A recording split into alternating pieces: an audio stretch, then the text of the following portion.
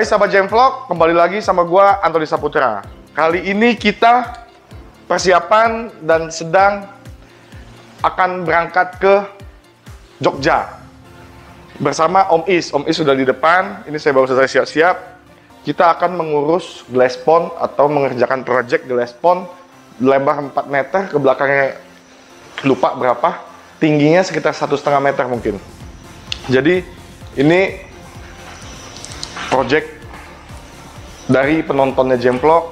Beliau juga bisa menghubungi Jam Vlog karena melihat proses renovasinya Jam Tank. Jadi sebelum kita pergi, karena lagi masa pandemi, minum vitaminnya. Oke?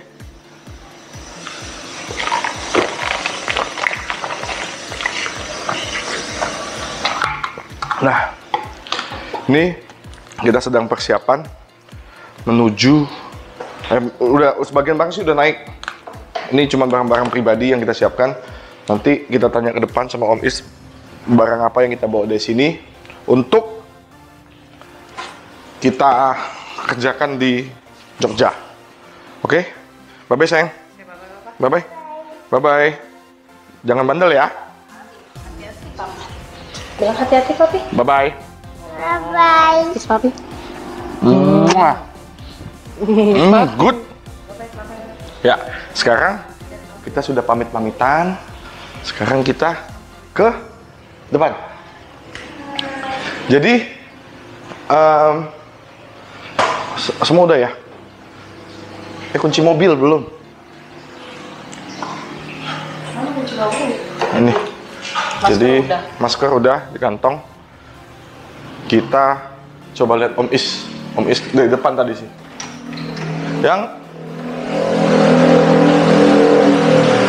Nah, itu Om Is sudah mempersiapkan barang-barang yang kita bawa untuk yang sini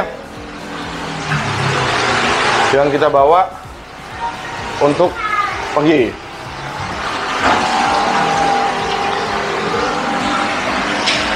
Ini mempersiapkan water stop. Lagi siapin apa, Om?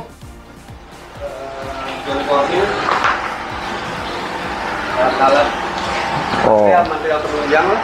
Material penunjang. Sisanya nanti di sana. Sisanya. Jadi, nah ini kita siapkan juga untuk bekal kita dalam kondisi pandemi. Jadi ini mau di mobil, downshillnya udah. Rencananya kita melakukan apa nanti, Om? Ya paling konsultasi dulu ngeliat lihat areanya dulu ya. Soalnya gambaran udah ada sih gambar. Udah ada gambarannya. Nah, jadi kita kayak gimana? Lihat kita besok subuh kayaknya sampai. Besok subuh atau besok pagi lah kayaknya sampai. Lain lu ke ini lalang. Ya. Jadi lihat project yang kita kerjakan besok dengan pemilik dari tanknya langsung di lokasi. Jadi sekarang kita siap-siap dulu.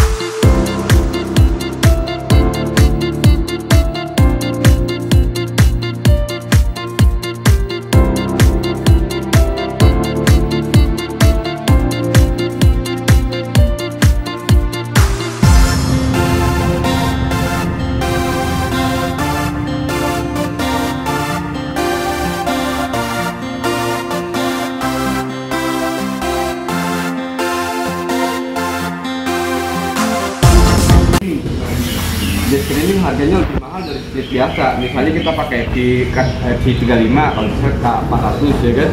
Kalau K400 itu itu tekanannya kan berarti kan dalam 1 meter itu dia mampu menahan 400 kilo, ya kan? Nah, sedangkan kita yang kita butuhin kan vertikalnya om, ya kan? Rasanya gini, ini apa kaca ya, masuk begini. Kalaupun kita masukin ini, nggak mungkin kemungkinan ada celah bubbling. Jadi kalau misalnya kita ngecor kan harus pakai vibrator, ya kan, konverter, ya kan. Nah itu kan biasanya kalau misalnya kita pakai adukan itu, dia ada udara yang terperangkap om. Tapi kalau pakai skadrot, dia tuh nggak ada screening, nggak ada screening sama sekali, langsung kayak pasir halus sama semen halus. Tapi ini kekuatannya bisa 2 kali lipat dari semen biasa. Makanya satu sak itu bisa 125, 90 sampai 125. Tapi kalau semen biasa cuma 55 sampai 60 ribu. Bisa 2 kali lipat dan kekuatannya lebih bagus. Itu kalau nyambung beton lama sama beton baru itu kan aku buat untuk kolamnya ya, untuk apa? Filternya ya. Kalau tak kasih sikagron baru aku cor lagi lebih bagus ya. Sikagron maksudnya untuk sambungannya itu loh, sambungan yang lantai bawah antara lantai sama atas kan. Jadi gini om, kalau itu mungkin pakai water top saya tuh nanti dipotong sesuai ukuran, ya kan? Jadi kalau misalnya biasanya kita ngecor lantai sama dinding kan nggak bisa kesatuan. Iya. Makanya kalau misalnya di setiap dinding apartemen apa di basement, ya kan? Itu biasanya tuh kita pakai sepatuan. Jadi nggak usah misalnya ada pulpen gitu, beton bertulang. Biasanya itu disebut sebagai ladang, ya kan? Kalau nggak letter L. Jadi kita ngejebak posisi air biar nggak masuk ke area dalamnya. Jadi kalau orang ngecor lantai yang akan bakalan lagi sama dinding apa? Dinding retaining wall atau shear wall, ya kan? Dan itu nggak boleh rata om. Dan itu wajib. Soalnya kenapa? Potensinya kalau kita ke basement bawah ada sudut-sudutan ada keluar rembesan, kadang-kadang apa berlumut itu air. Kalau di basement. Tapi kalau misalnya itu yang nggak bagus. Tapi kalau yang bagus biasanya dia dikasih letter L gini. Letter L. Kalaupun mau rata-rata sekalian. Kalau mau rata-rata sekalian, tapi langsung dikasih water top dengan cara berdiri vertikal. Oh, baru Mana kan? Mau tak ajak berisut? Oh, ini buat masak. Kan dia mau ke video. Perbandingannya 1:2 kalau nggak 1:1. 1:1 lebih bagus. Karbon apa? Karbon itu perekat apa beton baru dan beton lama. Sistemnya dia kayak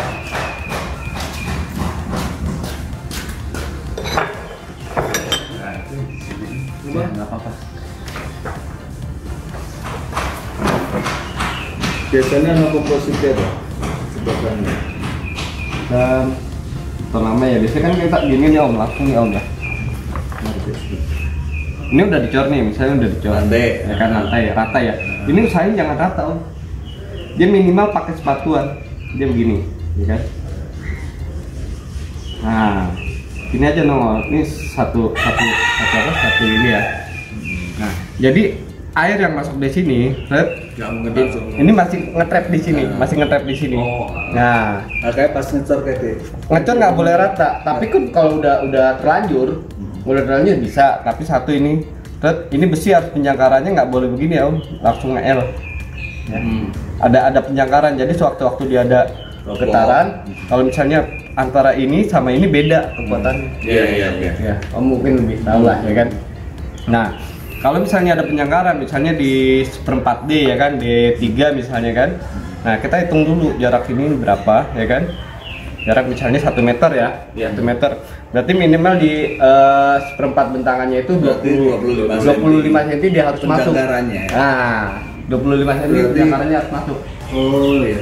Ya benar. Berarti ini masuk. Nge-L. Nah, ini kan jarak antara ini nggak boleh sedapatnya aja nggak boleh sebenarnya. Hitungannya 1/4 bentangnya. Nah, saya Untuk karo ini ya, karo sama dengan balok ini ya. betul. Nah, makanya setiap balok ketemu kolom itu pasti ada penjangkaran. Ya. Ya kan? Kalau orang yang teknik cuma begini doang ya kan? Kalau lepas tukang gini, ya kan? borongan cuma besi ulir tancepin aja. Iya kan? Dia udah merasa ulir kan tancep. Iya, ini pakai polos ya. Polos. Nggak pakai D. Enggak. Kan kalau orang teknik biasanya kan kalau gini. Iya. Kan? Tapi D10 ya kan? Tapi kalau misalnya D10 ini beda. Betul. Terus kalaupun udah terlanjur ngecor begini Om, ini usahain pakai water stop bawah. Yang saya bilang, yang ada fotonya yang saya bilang, yang karet yang saya bawa ini. Di mana? Taruhnya di mana? Berdiriin di sini Om, berdiri aja di sini. Oh. Berdiriin di sela-sela antara apa? Kan 2 lapis apa 1 lapis? Beton ya? Iya, enggak besinya. Besinya Satu lapis. 1 lapis tebel paling 10-an itu. Itu sekitar 10 nyampe enggak ya? Malah lebih kayaknya. Karena backcasting ini kan males kan, itu kan kolomnya kan ini. Kolomnya kan kayaknya 12 apa ya jadinya. Kolomnya 12, patangnya berarti bisa 15. Enggak, jadinya 12. Jadinya 12. Berarti dimensi kurang lebih 8 cm ya. Ya. 8 cm jar. Nah, kalau udah terlanjur begini ini bisa 1 Itu kalau yang 1 lapis cuma untuk yang ini, yang apa ya? belakang. Yang untuk filter itu Pak. Iya, untuk filter. Tapi kalau untuk yang kolam memang akuariumnya kita 2 lapis semua, Iya. nggak berani gitu. Malah saya kalau Om kayak gitu saya lebih cenderung khawatirnya chambernya Om.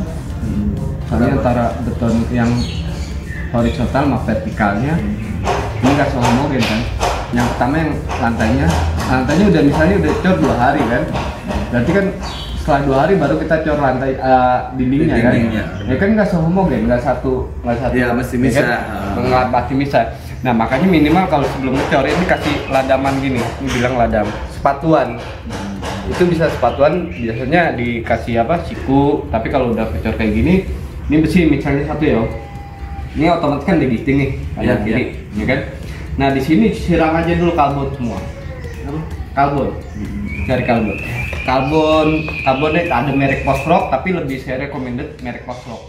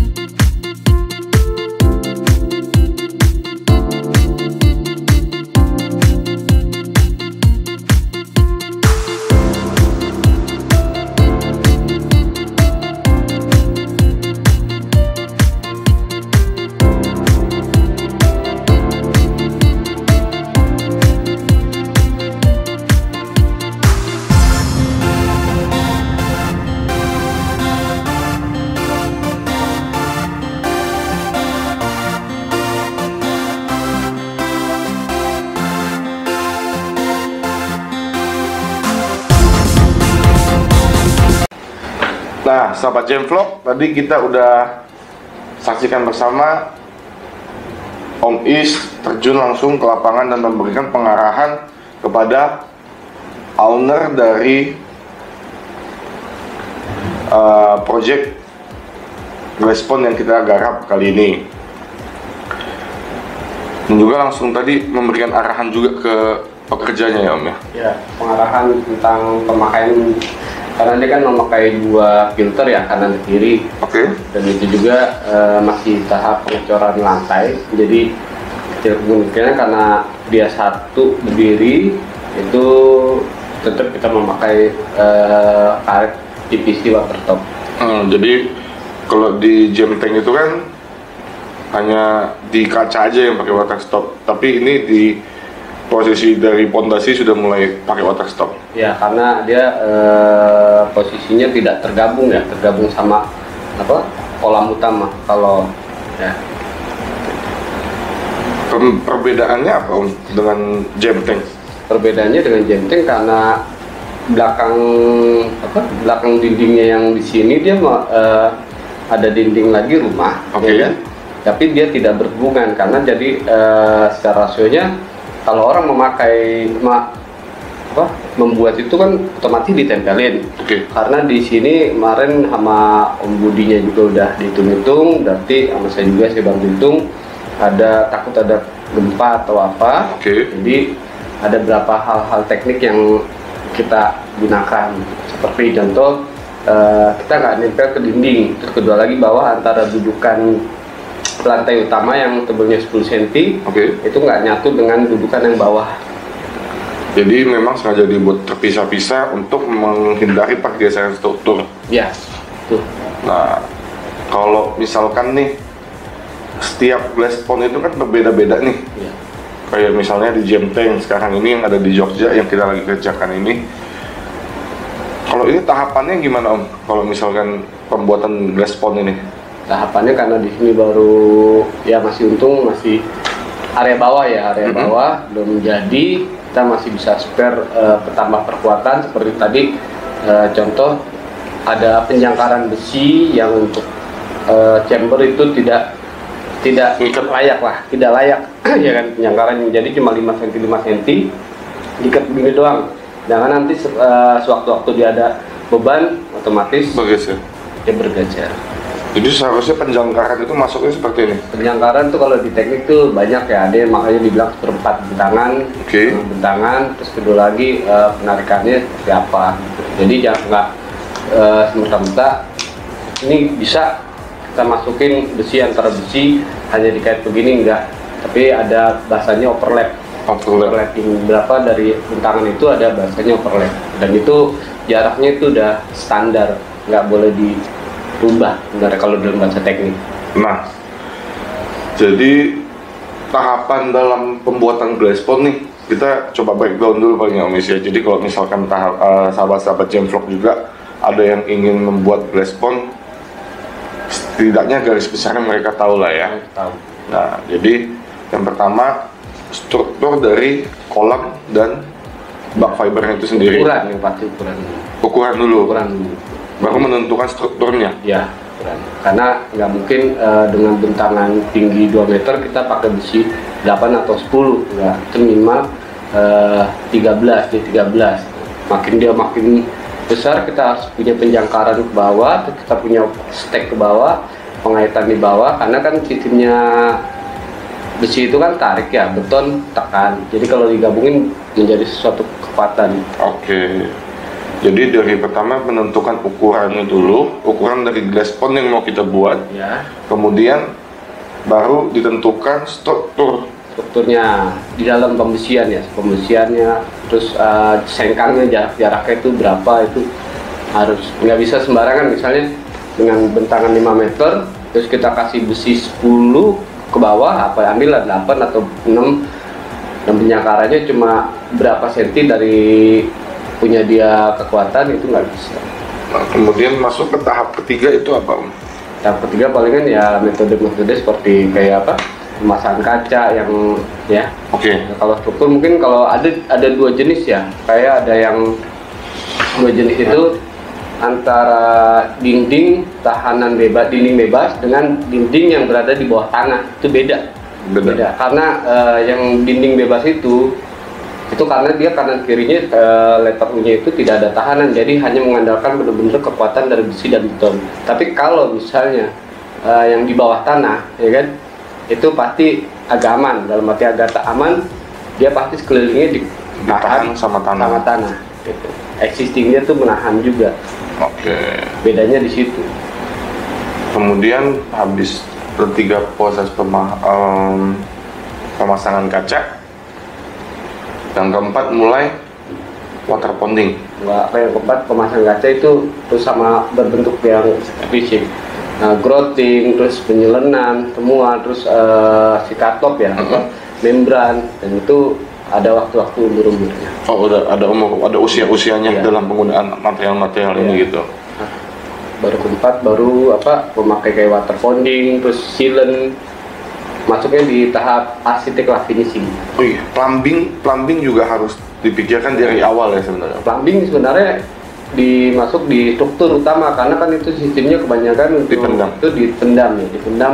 Kedua lagi pemasangan pipa juga tuh nggak boleh misalnya harus flat, nggak bisa, kita harus mengandalkan gaya tekan, Gaya gravitasi lah ya. gravitasi. Jadi bahasanya tuh slooping, bergerak air kemanapun ya kan, dia Untungnya slooping satu berapa titik. derajat. Nah, Jadi karena ada tekanan ke satu titik itu yang membuat si plumbing bekerja secara maksimal.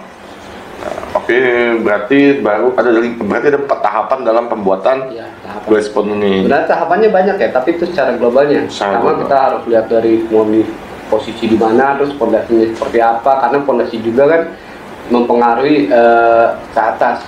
Tapi kan ada namanya T-beam atau slope ya, terus cakar ayam, baru ke atasnya pembersihannya seperti apa. Jadi nggak bisa sembarangan langsung kasih tancap tiang, cor, langsung dikelilingin bata, gitu. Itu nggak bisa.